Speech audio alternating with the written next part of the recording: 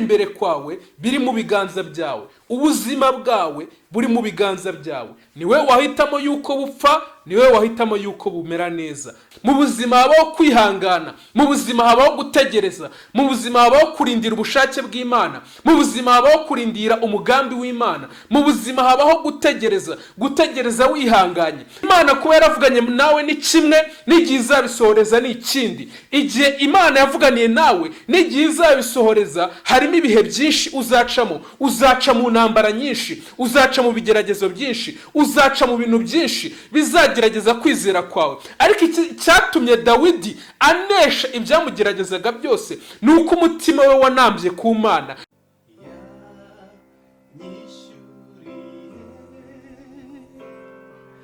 Ya myenda yose ya mbabariye ibyaha atumanerade. Yesu nashimwe bavandimwe. Amazina ni Muhozi EricI. Hanyuma reka dusome ijambo ry'Imana, ubundi tuze gufata umwanya tuganire ku magambo Imana yashize ku mutima wacu, ubundi tuze gufata akanya dusenge. Ijambo ry'Imana, ingoma za mbere ibice 16 umurongo waho 27. Ingoma za mbere ibice 16 umurongo waho wa 27. Ni page ya 398 mu isezerano rya kera.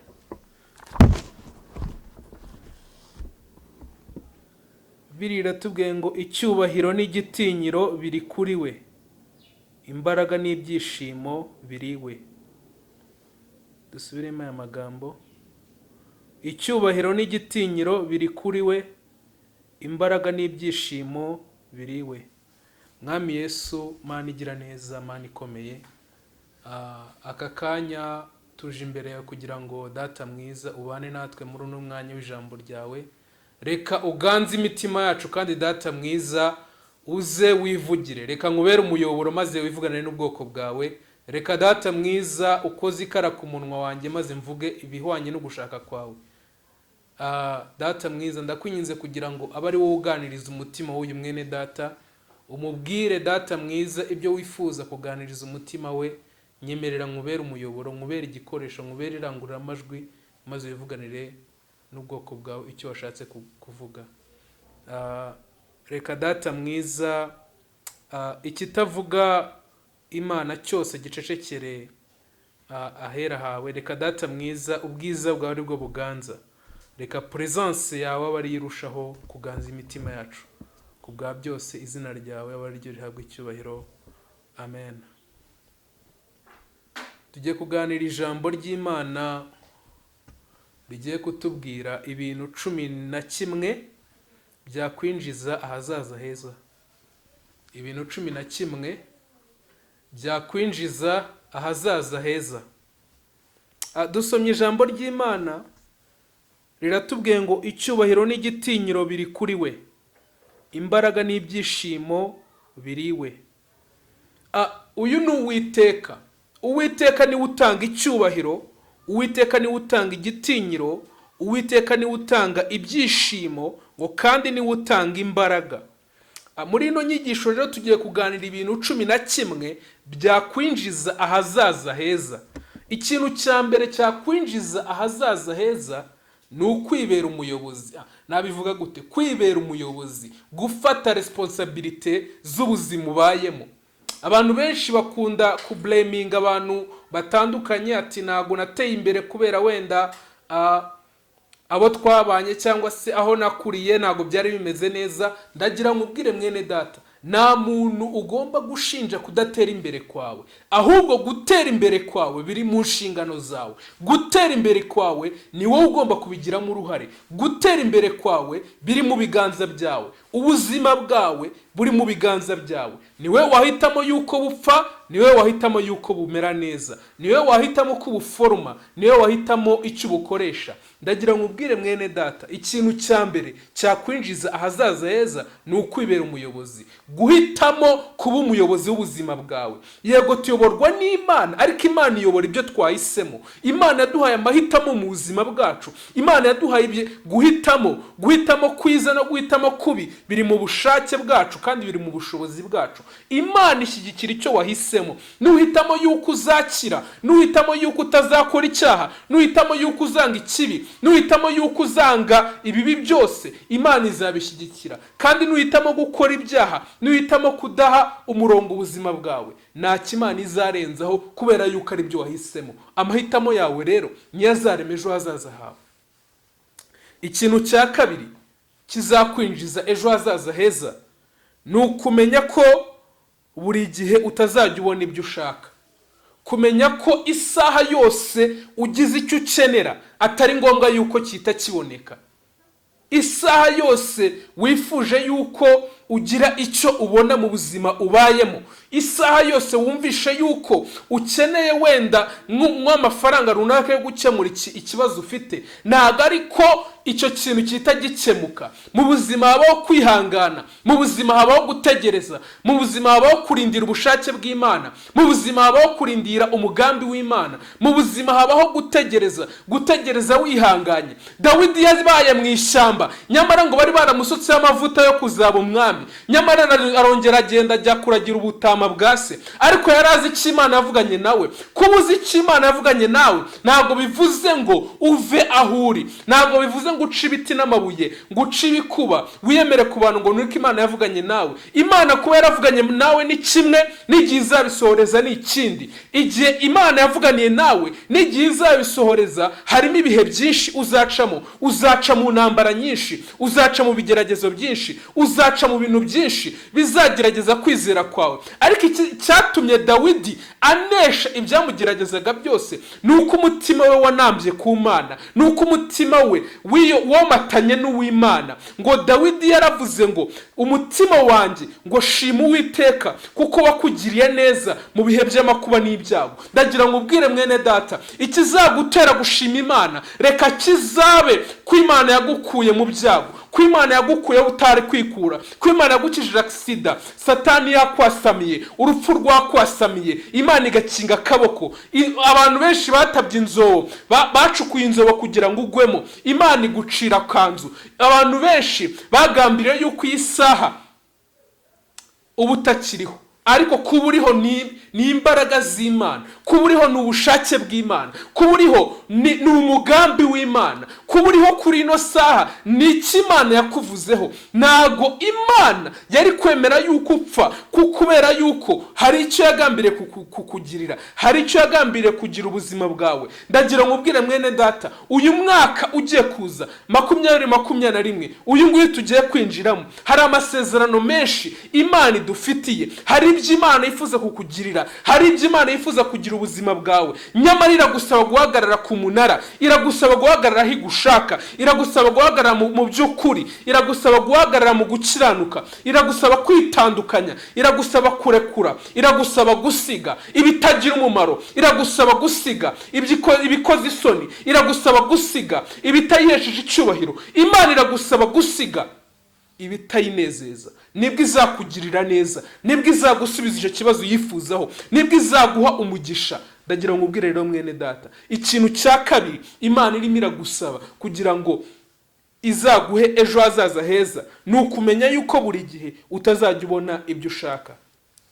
Ikintu cya gatatu kizakwinjiza ejo hazaza heza Imana yaguteganyirije ni ukumenya ko gutanga impamvu bidakemura ikibazo. Gutanga impamvu ntago bikemura ikibazo. Gutanga impamvu z'uko watsinzwe, gutanga impamvu z'uko watsinzwe mu gihe runaka, gutanga impamvu z'uko hari igihe wigeze kugira failure, gutanga impamvu z'uko wageze mu kibazo ukananirwa kukikuramo, iyo ntago ari impamvu ugomba gutanga yuko utagize ejo hazaza heza. Ndagira ngo ubwire rero mwene data, ahashize we kuhitaho wite ku cyo Imana igiye gukora, ahashize we kuhitaho ita ku cyo Imana iri kuvuga, ita ku cyo Imana igiye kugirira ubuzima bwawe, ita ku cyo Imana igiye gukirira igiye kugirira ejo hazaza hawe hazaba heza. Niwikuramo ayo ma excuse kuvuga yuko watsinzwe, guhora uririmba yuko watsinzwe, guhora uririmba yuko ari imyaka yagupfiriye ubusa, icyo ntabwo aricyo kizaguhesha ejo hazaza heza. Ahubwo ikizaguhesha ejo hazaza heza ni ukwatura ibintu byiza ku buzima bwawe, ni ukwatura intsinzi, ni ukwatura ubudahangarwa, ni ukwatura uburinzi. Uko ugenda kose ukatura yuko Imana ikugiriye neza, ukatura yuko Imana iguteje imbere, ukatura yuko Imana iguhaye umurongo, ukatura yuko Imana ibikemuye, ukatura yuko Imana iciye inzira, ukatura yuko Imana itandukanyije amazi kandi utambutse ahumutse, ukatura yuko Imana iguhuje n'abantu b'umugisha ku buzima bwawe. Ikintu cya kane kizakwinjiza ejo hazaza heza Imana yaguteganyirije ni ukutigereranya n'abandi. Kutigereranya n'abandi, kudafata ubuzima bwawe ngo wumve yuko buhwanye n'ubwa mugenzi wawe. Ushobora kuba uri guca mu buzima bugoye, nyamara umuvandimwe wawe wa hafi, nyamara inshuti yawe ya hafi yimerewe neza. Inshuti yanjye, buri wese afite ikizami, nabyita gute, afite ikizami arimo arakora. Nubwo twese turi mu kizami, ariko twese dufite ikizami turi gukora. Wowe ushobora kuba uri gukora ikizami cy'ubushomeri, mugenzi wawe ari gukora ikizami cy'ubugumba. Ndagira ngo rero mwubwire mwene data, Imana irifuza yuko utigereranya n'abandi. Umugisha Imana yaguteganyirije ntabwo uhwanye n'uwa mugenzi wawe. Twese iyo Imana iturebye, Imana itureba mu buryo butandukanye. Umugisha Imana ifitiye mwene so ntabwo ari wigufitiye. Mu maso y'Imana, Imana irakureba nk'aho uri umwe. Ibyo iguteganyiriza ni ibyawe, nta muntu mubisangiye. Rero wikigereranya n'abandi, wikitiranya umugisha w'Imana ku buzima bwawe, witiranye n'uwa mugenzi wawe. Ikintu cya gatanu kizakwinjiza ejo hazaza heza ni ukumenya ko udakundwa na bose. Kumenya ko udakundwa na bose, kumenya yuko abantu bose atari ko bakwifuriza neza, kumenya yuko iyo uteye imbere, iyo wenda uguze nk'imodokari, cyangwa se ukagura nk'inzu, cyangwa ukagura nk'ikibanza, cyangwa ukabona akazi, cyangwa ugatera imbere, cyangwa ukajya mu mahanga, cyangwa ugacuruza bigacamo, ntabwo ariko abantu bose babyishimiye. Ndagira ngo mubwire mwene data, ineza y'Imana ku buzima bwawe ntabwo ariko abantu bose bazayishimira. Hari abazagerageza kubirwanya, hari abazagerageza kurwanya icyo Imana yakubwiye, hari abazagerageza kurwanya icyo wavuganye n'Imana. Ngo Yosefu bene se baramurwanyije, ngo bamuta mu rwobo, ngo babona ntabwo bihagije, ngo baramugurisha. Nyamara ageze ngo muri Egiputa, ngo yabaye, ngo nubwo yabaye, ngo bamujugunye ngo mu nzu y'imbohe, ngo Imana, feva y'Imana yari ku buzima bwe, ngo ntabwo yakunze yuko aba insuzugurwa, ngo ahubwo yabaye umuyobozi w'izindi mbohe zose. Ngo igihe cy'Imana kigeze, ngo Imana ngo yeretse Farawo inzozi, ngo noneho ngo ntihagira umuntu n'umwe, ngo mu bahanga bose, ngo mu bakonikoni bose, ngo nta n'umwe wasobanuye izo nzozi. Ngo nyamara ngo hari umuntu wavuze, ngo muri gereza ngo hari umuntu ubasha gusobanura, ngo uri mu mwuka w'Imana. Ndagira ngo ubwire mwene data, igihe wasuzuguriwe, igihe waterewe agaciro, abantu bagiye kumenya yuko muri wowe harimo umuntu, yuko muri wowe harimo Imana, yuko muri wowe, yuko muri karitsiye aho utuye harimo umuntu uri mu mwuka w'Imana, yuko mu mudugudu aho utuye abantu bagiye kubimenya yuko wasenze Imana, abantu bagiye kubimenya yuko watakambiye Imana, abantu bagiye kubimenya yuko waririye Imana, abantu bagiye kubimenya yuko wabaye mu bihe byo gusenga, abantu bagiye kubimenya ko ari icyo Imana yavuganye nawe, abantu bagiye kubimenya ko ari icyo yagambiriye ku buzima bwawe. Ikintu cya karindwi, cya gatandatu, ikintu cya gatandatu kizakwinjiza ejo hazaza heza ni ukumenya ko kwizigamira ari ingenzi. Kumenya ko kwizigamira ari ingenzi, iki kintu kizakwinjiza ejo hazaza heza. Kumenya ko ubuzima bwo kubaho wizigamira, hari abantu babona amafaranga yose bakayarya uko yakabaye, hanyuma ugakomeza ubwira Imana ngo Mana nta mugisha mfite, ngo Mana ndashonje, Mana nambaye ubusa. None se niba utizigamira, nakubwiye ngo nta muntu ufite inshingano zo kwita ku buzima bwawe. Wowe ukubayeho, wowe niba ufite umugisha wo kuba ufite abakwitaho, uwo ni umugisha, ariko ntabwo ariko bizahora. Ndagira ngo ubwire mwene data, Imana irifuza yuko utangira ukizigama ku bushobozi, kugira ngo uzabone uko ubaho ejo hazaza, kugira ngo uzabone uko uzagira ejo hazaza heza. Ibi nabyo ni ibintu Imana iri kutubwira kugira ngo tubashe kwizigama. Ngo Yosefu yatanze inama, ngo atanga inama aravuga ati mu myaka 7 ngo hazabaho imyaka y'uburumbuke, ngo hanyuma hazakurikirwa n'imyaka 7 y'inzara, ngo none hatanga inama ngo bahunike. Imana irifuza yuko nawe uhunika. Imana irifuza yuko nawe uhunikira igihe kizaza, uhunikira iminsi iri imbere. Iki nicyo kintu Imana iri kugushakaho. Ikintu cya 7 Imana iri kugusaba kugira ngo ukore kizakwinjiza ejo hazaza heza, ni ukudapfusha ubusa igihe cyawe. Kudapfusha ubusa igihe cyawe. Igihe ni ikintu gihenze cyane. Hari abantu bavuga yuko igihe ari agihenze kurusha n'amafaranga. Umuntu naguha igihe cye azaba aguhaye ikintu gikomeye. Ndagira ngo rero mubwire mwene data, igihe cyawe wigipfusha ubusa. Wigipfusha ubusa ukora ibitagira umumaro. Wigipfusha ubusa utindana n'abadafite aho bakugeza. Wigipfusha ubusa utinda ukora ibintu bidafite aho byakugeza, bidafite aho byakwinjiza. Igihe cyawe numenya kugipanga, igihe cyawe numenya kugikoresha nk'uko kiri, kandi ukagikoresha iby'umumaro, Imana izamanuka muri icyo gihe wamenye gukoresha, ikoremo ibifite umumaro. Ndagira ngo ubwire mwene data, iga gukoresha igihe cyawe neza, ugikoresha iby'umumaro. Ikintu cya 8 kizakwinjiza ejo hazaza heza, ni ukumenya ko ubuzima ari ishuri. Kumenya ko ubuzima ari ishuri. Kumenya ko ubuzima tubayemo, ubuzima turimo, ubuzima bw'ibyo ducamo bwose ari ishuri. Ushobora kuba uri guca mu kugeragezwa na Satani. Ushobora kuba uri guca mu bigeragezo wikuririye ubwawe. Ariko ushobora no kuba uri guca mu ishuri Imana yagushizemo kugira ngo izabashe kuri gukuramo ugeze ku kigero runaka, kugira ngo izabashe kuri gukuramo ufite aho umaze kugera Imana ishaka. Ikintu cya 9 kizakwinjiza ejo hazaza heza, ni ukumenya ko utagomba guca inzira z'ubusamo. Kumenya ko utagomba guca inzira z'ubusamo. Oya, nta shortcut igera ku iterambere. Na ascenseur igera ku iterambere. Ugomba guca ku escalier.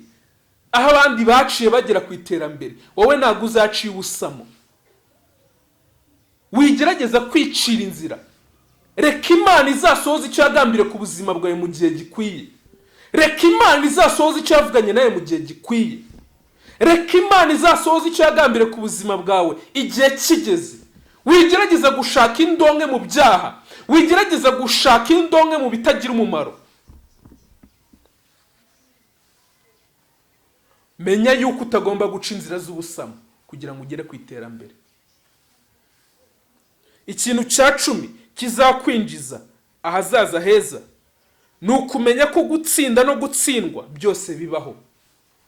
Kumenya ko gutsinda no gutsindwa byose bibaho. Nugera mu gihe cyo gutsindwa ntuzacika intege, ahubwo uzumve yuko ejo nibigenda neza cyangwa ejo bundi nawe uzinjira mu gihe cyo gutsinda. Aho watsindiwe uyu munsi birashoboka ko ejo uzahatsindira. Aho watsindiwe uyu munsi birashoboka ko ejo bizagenda neza. Aho watsindiwe uyu munsi ndakubwiza ukuri, ejo hari icyo Imana izakora. Nubwo ubona bitagenda neza uyu munsi, nubwo ubona uri mu kigeragezo uyu munsi, ejo Imana izakugirira neza. Ejo Imana izakugeza ku cyo wifuza. Ejo Imana izakugeza ku iterambere. Ejo Imana izagutabara. Nubwo bitagenda neza uyu munsi, ejo Imana izakugirira neza.